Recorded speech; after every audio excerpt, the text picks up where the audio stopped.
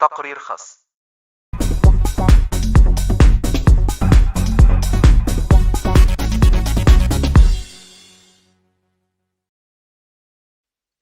Welcome to a new planetary and seismic update.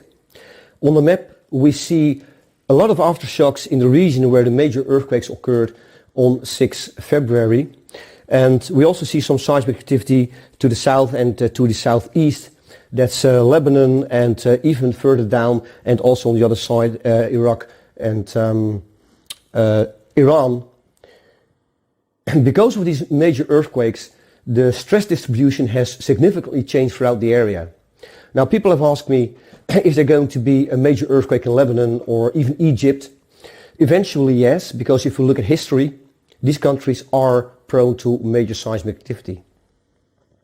But we cannot say, based on the recent activity, if that is going to happen next week or in 5 or 10 years. Nobody really knows. So what we do with our work is we isolate critical time frames based on planetary and lunar positions and possibly atmospheric fluctuations to pinpoint potential regions. At this point we cannot possibly say whether there will be major seismic activity following those major earthquakes in central Turkey. If we look at the recent activity since the 7th, with a threshold of magnitude 5.6 and larger, we see one seismic event at the Solomon Islands. It happened after the smaller lunar peak on the 8th and really towards the higher lunar peak on late on the 9th and 10th. We had it yesterday night and early this morning. And that lunar peak will be significant in the coming days. We could see a seismic increase possibly into the 6 magnitude range, 6.4, maybe larger, 6.7. This is because the moon had a conjunction with Jupiter, and I marked that here with this green line. And these conjunctions, they can be pretty critical. In a worst case scenario, and that's a really worst case scenario, we could see a major seismic event in the next few days. It could be later today or on 11 or 12 following that lunar peak. But my estimate currently is that it will stay in the 6 magnitude range, possibly between 6.4, 6.7 roughly. Then we see critical planetary geometry further down the week.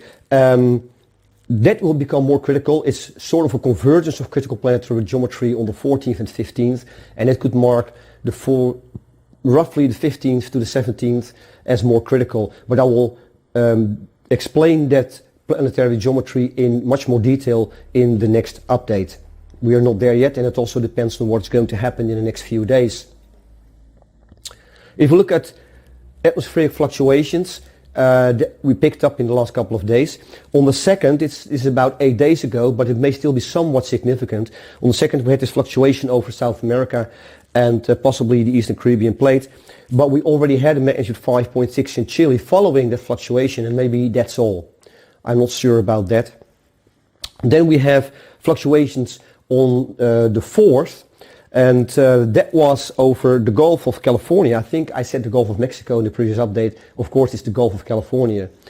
And into the Pacific could also mean the Easter Island region or further down the Pacific and Arctic Ridge. And that would be around 6 magnitude usually, or up to low 6. Then we have fluctuations marking Alaska and further down Tonga, Fiji region down to New Zealand. I covered these also in the previous update, and they could be significant later today, these fluctuations, because if we count 6 days, about 6 days, that we would end up on the 10th.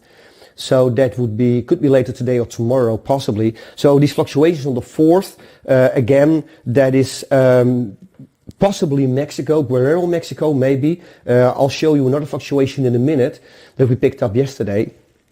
And also Alaska maybe, and further down Tonga, Fiji, that's always a seismically active area. We wouldn't be surprised to see some seismic increase there, but it could also be significant for New Zealand. And that could be later today, it could be significant for later today. Then on the 7th we picked up a fluctuation that was marking regions over the West Pacific. Could be Japan, Taiwan, Philippines possibly, and Indonesia. That was on the 7th, so that could be significant in the next few days. Tomorrow, the 11th, 12th, maybe following the lunar peak, we correlate it to the positions of the planets in the moon.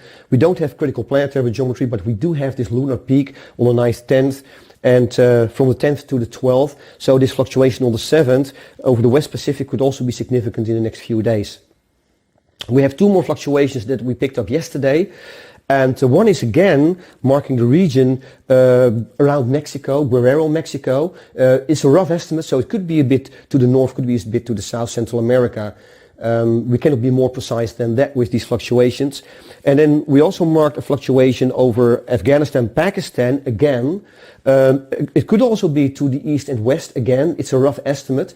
But because these fluctuations were on the 9th, they could also become significant for the critical planetary geometry that we have on the 14th and 15th later on in the week. Around the 15th or following the 15th. Not sure yet. It very much depends on what happens in the next few days. It could also be significant already in the next few days. Again, it really depends on what happens following this lunar peak that we had yesterday night.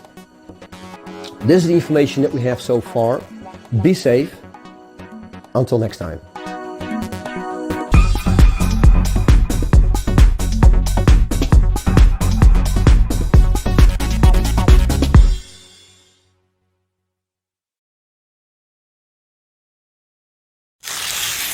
تقرير خاص